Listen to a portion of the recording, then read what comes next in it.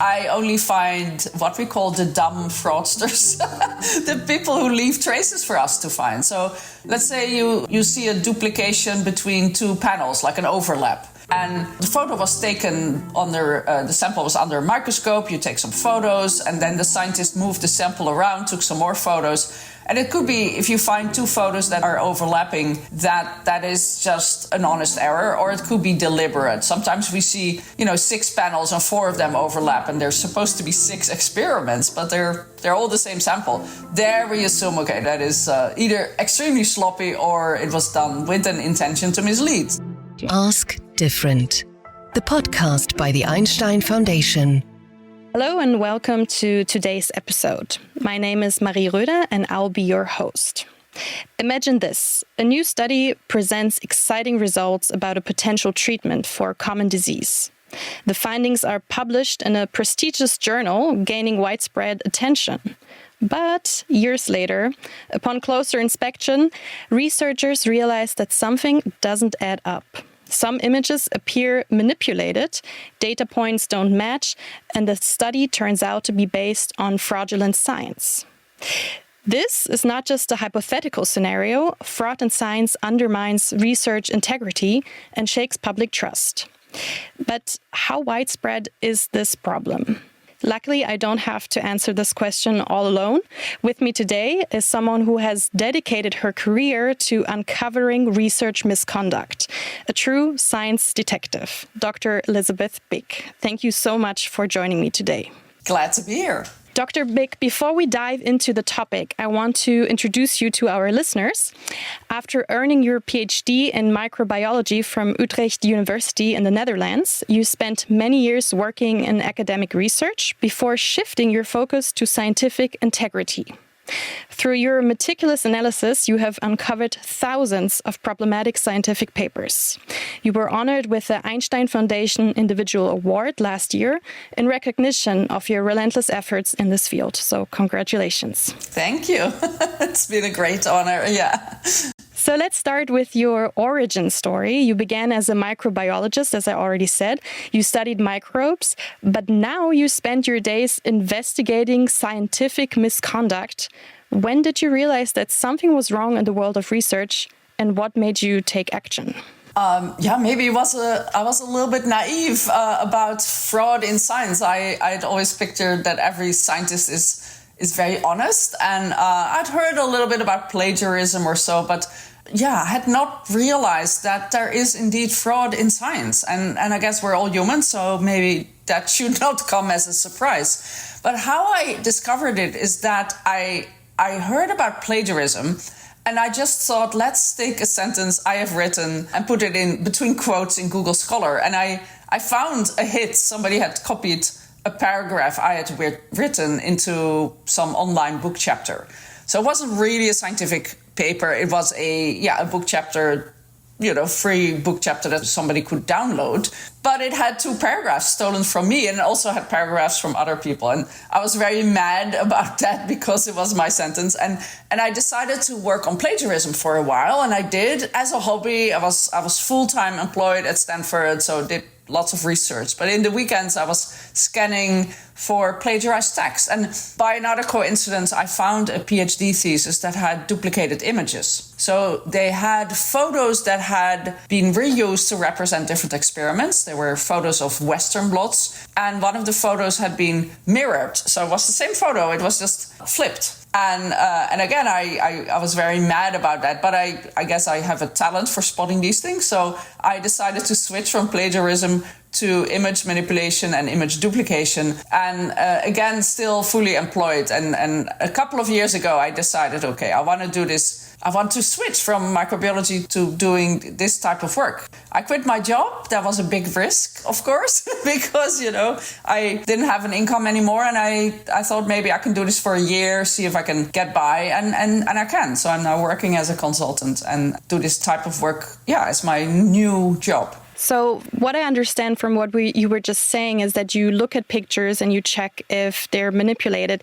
I mean, how does that work? Is this something anybody could do, or is there, I mean, I assume you have an extraordinary eye for detail, but how do you really go about in checking for those images? Yeah, when I started doing this work, I found this duplicated images. That's my first find. And it was only later that I found also manipulated images. So usually what I spot, most of the problems I'm finding are duplications. So the same photo being reused, and that can be the same photo. It can be rotated, flipped, mirrored, stretched, all those things, or it can be manipulated. So where within a photo you see duplicated elements. So I do think I have some talent to do that, but I think other people see it as well.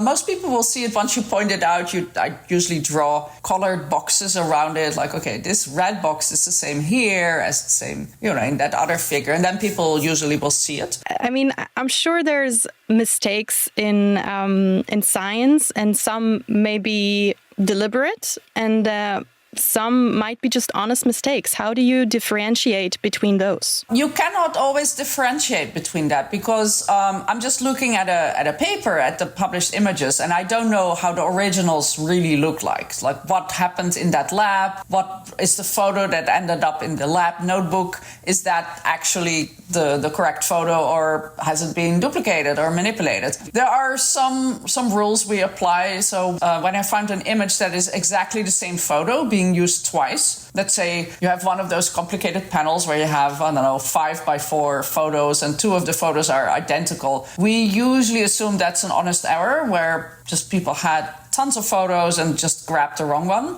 But when a photo has been manipulated, where within a photo there's duplications, one cell is visible 3 or 4 times, we assume that was intentional. But usually it's not always clear. So when we post these things online, or I talk about it on Twitter or Blue Sky, I'll just say it's of concern. These images are of concern. So we try not to put any stamp on it if this was honest or not. And we just raise these issues and we invite the authors to reply. And, if they come up with, oopsie, we made an error, here's the correct photo, it's all good. It still would probably require a correction if it's in a paper. But if they don't reply, it's sort of maybe an admission of guilt.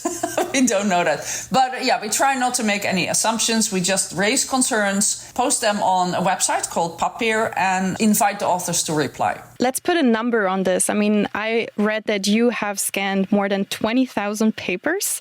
How many manipulations did you find? Yeah, I scanned 20,000 papers. This was a couple of years ago. So now I'm using software to help me find this. So I still used, at that time when I did that scan of 20,000, I used just my eyes. So I probably missed a lot of duplications. And again, I'm scanning for duplications, so either within a photo or between photos, but I cannot detect a very well done Photoshop job. If you're really good in Photoshop, I'm not going to catch you. So we're really only catching the tip of the iceberg. In that set of 20,000, we found 4% of papers contain duplications within the paper. So we also didn't look between papers. I do that now because I have software to help me. But in that initial scan in 2015, and we published it in 2016, we found 4% of the papers to contain duplications. About half of those we thought were deliberately done. And it was sort of 1/3 of the set was contained what looked like manipulation, so where the same photo contained duplicated elements. Let's say a duplicated cell, or if it's a blot or gel, like the same band is visible twice. Those we assume could be misconduct, could be, really an intention to mislead. Although occasionally we come across examples where the manipulation has been done by the journal, usually to remove a scale bar, or the journal didn't like the font that the authors use for their labels, like ABC or so, they wanted a different font. I would say about 1/3 roughly of the examples we're finding, so 1/3 of 4%, like 1 point something percent, contains what we think is misconduct. That is quite a lot, wouldn't you say? And it's an underestimate, because I only find what we call the dumb fraudsters, the people who leave traces for us to find. So let's say you see a duplication between two panels, like an overlap. And the photo was taken the sample was under a microscope. You take some photos, and then the scientist moved the sample around, took some more photos. And it could be, if you find two photos that are overlapping, that is just an honest error, or it could be deliberate. Sometimes we see, 6 panels and 4 of them overlap, and there's supposed to be 6 experiments, but they're all the same sample. There we assume, okay, that is either extremely sloppy or it was done with an intention to mislead. They were very lazy. They didn't do 6 experiments. But if you would move the sample a little bit farther under the microscope, we would not find that overlap. Or if you're a good Photoshopper, we would not catch you. So it's really an underestimate of what we think is really going on. I do think that the percentage of fraud in science papers has to be higher than 1.something%. It's probably in the 5 to 10% range, which is, it's shocking if you think about how many papers that would be. I have to say, were all papers with images, with photos. So we focused on molecular biology papers because those have a lot of photos usually. But if you also think about bar graphs or line graphs or heat maps or things like that are not photos, that is much harder to find fraud in, because you just see a bar graph with some dots and you can just make one in Excel in a spreadsheet in 5 minutes without doing the experiment. So it's very hard to know if that data is real. With a photo, at least we tend to think, okay, at least some experiment happened, and a lot of the duplications are just sloppiness. But we also find these labs where you see so much sloppiness that it also borders misconduct. Basically, it's a very fuzzy line to draw between, what is an error and what is misconduct. So these estimates are always very hard to make. I see. And what does the publication of manipulated images mean for science as a whole? I was saying before that it probably does affect the trust in research, doesn't it? It is very devastating for science on many different levels. So scientists try to build on each other's work. So if a paper contains misconduct, that could lead a whole bunch of other scientists down a dead-end street. If they try to replicate the results, they might not be able to. So that's a lot of wasted time and effort for scientists. It could end up in a meta-analysis where a particular patient treatment that is based on fake results ends up in a meta-analysis and actually skews all the results into the wrong direction. So it could even sometimes end up in a public health policy based on fraudulent results. So that is wrong. And it's also devastating for science as a field, because we talk about science fraud, and so maybe your listeners might think, well, maybe all science is fraud. And that is not the case. Like, even if it's 10%, which is that is perhaps an overestimate, but even if it's 5%, that is obviously very bad and a lot of waste of good taxpayers' money and patients' trust. But there's still a lot of good science. Like, it's still pretty rare, and we should still believe in science, and we should still know that science is the way out of all the problems we're dealing with, like pandemics and pollution and climate change. We need science to solve these problems. But yeah, there is fraud in science, like in banking or construction, but we should focus on the good science, obviously, and we should fight the bad science. But it's not that all science is fraudulent. And I do want to stress that, because it's very easy to talk about science fraud and come to that wrong conclusion. And from the point of view of those scientists that manipulate those images,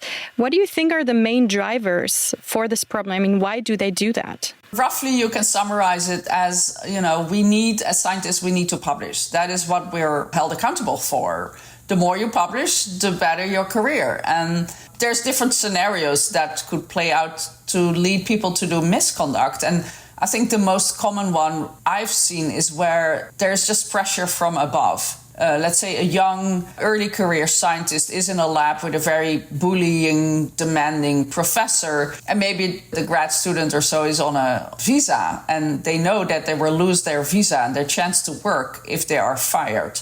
And so they will try to get out of the lab with a paper with results, and they will try to please the professor. They will give them the results that the professor wants, and that could lead to misconduct. So we very often see these labs, if we find misconduct, that the whole lab seems to be infected, if you will, with that type of behavior, where you see paper after paper after paper with different first authors, different grad students, different postdocs, all seem to be doing some type of fudging the results. And we think those are labs where the PI sort of creates this culture of it doesn't really matter what you do as long as you give me the results I want. So we see that, where young people just don't know, they cannot push back because they would lose their job. And so because of the strong hierarchy in science, we see that some labs have this culture. And luckily, this is, again, still rare, but we've seen some of these cases where we scan hundreds of papers and we find dozens of examples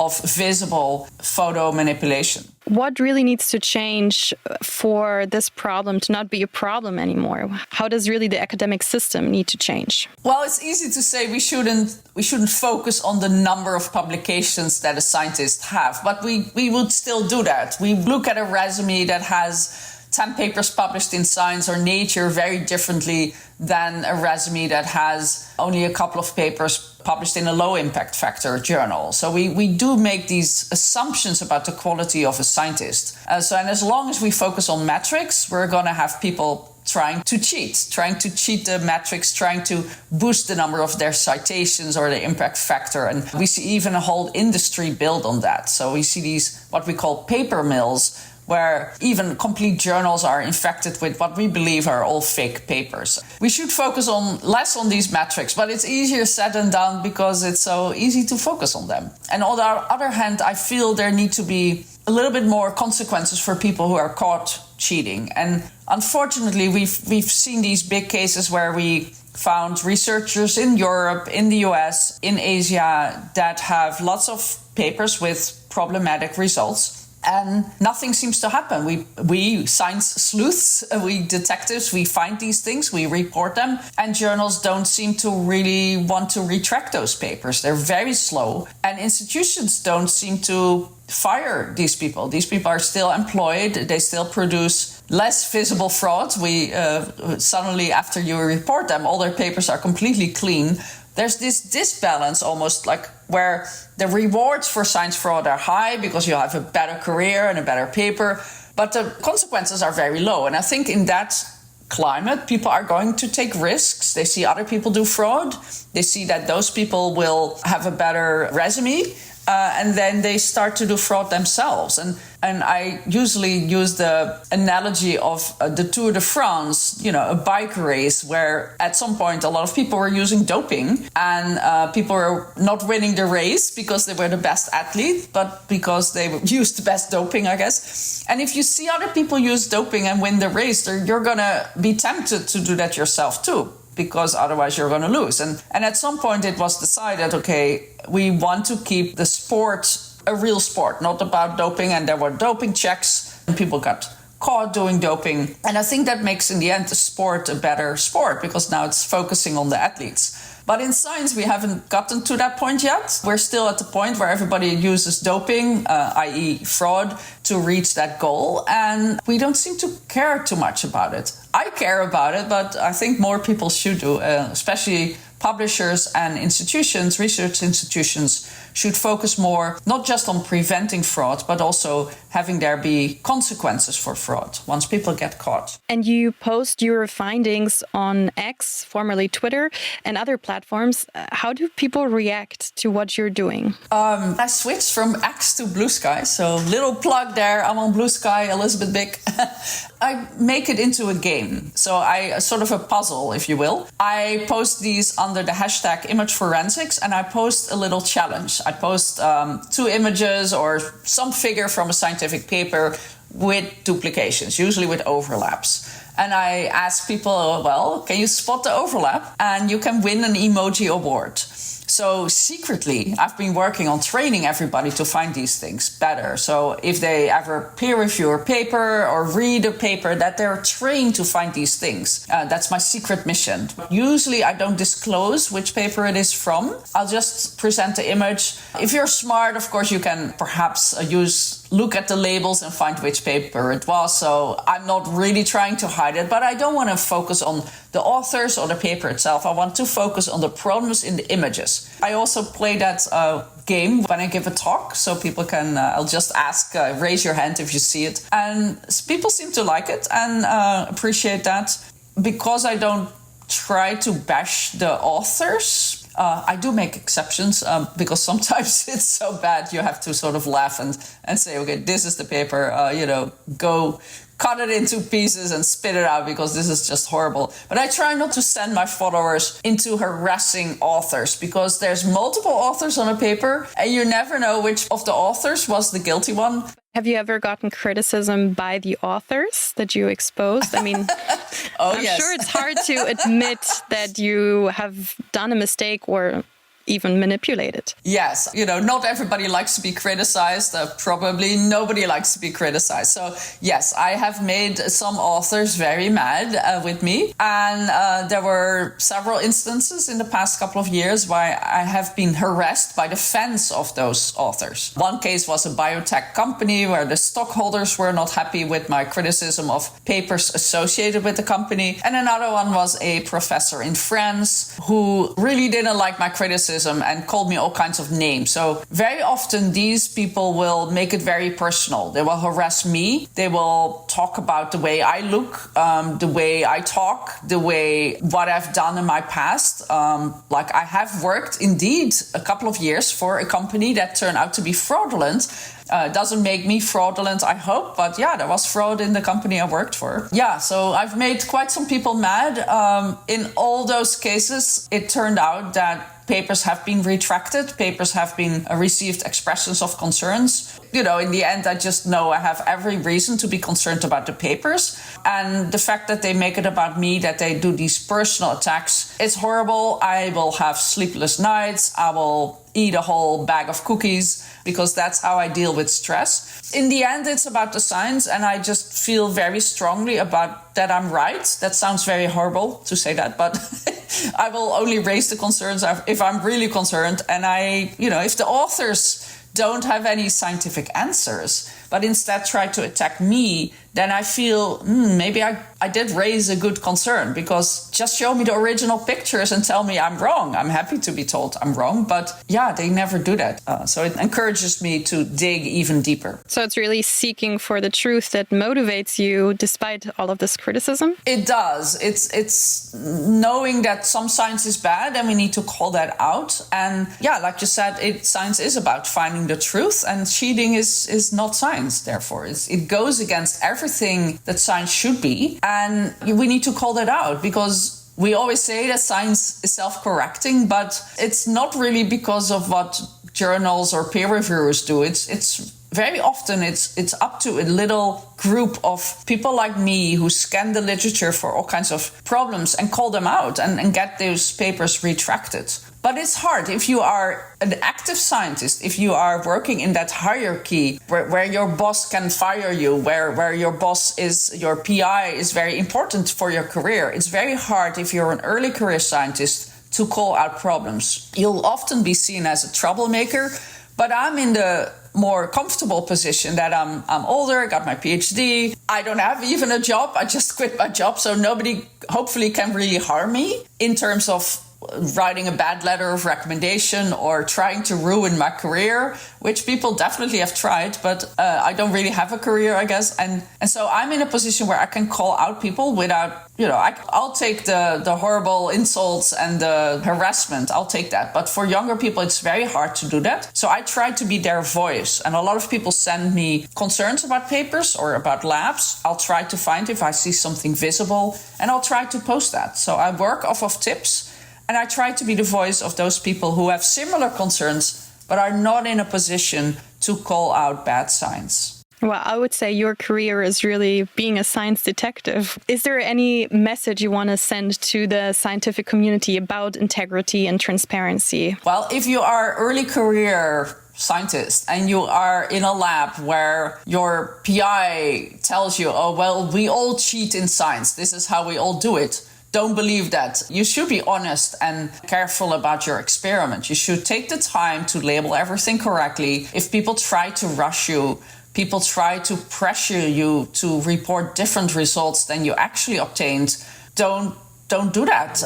That is not normal. I hope you can get out of that lab and start somewhere else where hopefully things are better. And yeah, don't fall for that temptation to cheat, because eventually it will come out. It's much better to do science a little bit slower and do it rigorously, conscientiously, with integrity, than to try to rush results or try to massage them and change them. Science should be about finding the truth, and that other people might rely on your work. Thank you so much for taking the time to speak with me today. And thank you to our listeners. If you like this podcast, please feel free to share. My name is Marie Röder, and I'm looking forward to the next episode of Ask Different. Ask Different, the podcast by the Einstein Foundation.